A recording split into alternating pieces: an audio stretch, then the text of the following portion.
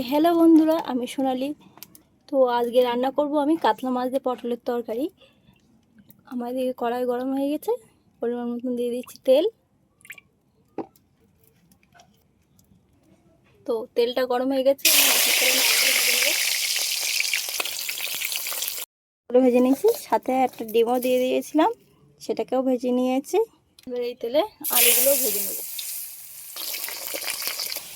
আলুগুলো লাল লাল করে ভাজা হয়ে গিয়েছে, এবার আলু ভাজাগুলো তুলে নেব। এবার ভেজে নেব পটল।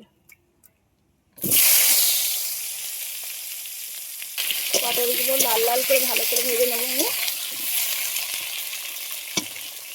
পটলগুলো ভাজা হয়ে গেছে, পটল ভাজাগুলো এবার তুলে নেব। এগুলো ভেজে তুলে নিয়েছি। এবার কড়াইতে আবার দিয়ে দিচ্ছি তেল। তেল গরম হয়ে গেছে, এবার দিয়ে দিচ্ছি পেঁয়াজ। কাঁচা লঙ্কাটাকে দিয়ে পেঁয়াজটাকে লাল লাল করে ভেজে নেব। পেঁয়াজ কাঁচা লঙ্কাটা ভাজা হয়ে গেছে, এবার দিয়ে দিচ্ছি রসুন বাটা। রসুনটাকে ভালোভাবে ভেজে নেব। এর মধ্যে দিয়ে দিচ্ছি টমেটো,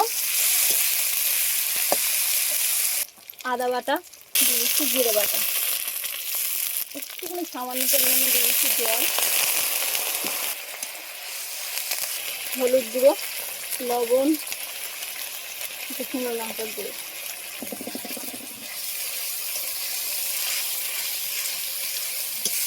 মশলাটাকে ভালো করে তেল ছাড়া পর্যন্ত কষিয়ে নেব। মশলার থেকে তেল ছেড়ে দিয়েছে, এবার দিয়ে দেবো পটল আলু ভাজাটাকে। পটল আলুটাকে দিয়ে ভালোভাবে কষিয়ে নেবো। এবার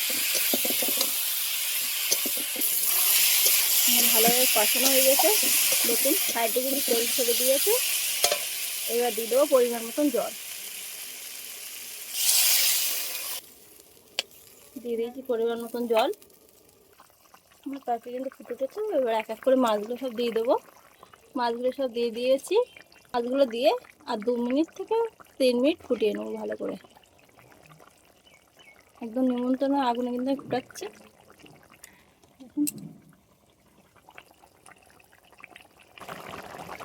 এর মধ্যে দিয়ে দিচ্ছি একটুখানি গরম মশলার গুঁড়ো। খুব বেশি কিন্তু দিইনি, একদমই অল্প করে দিয়েছি গরম মশলাটা।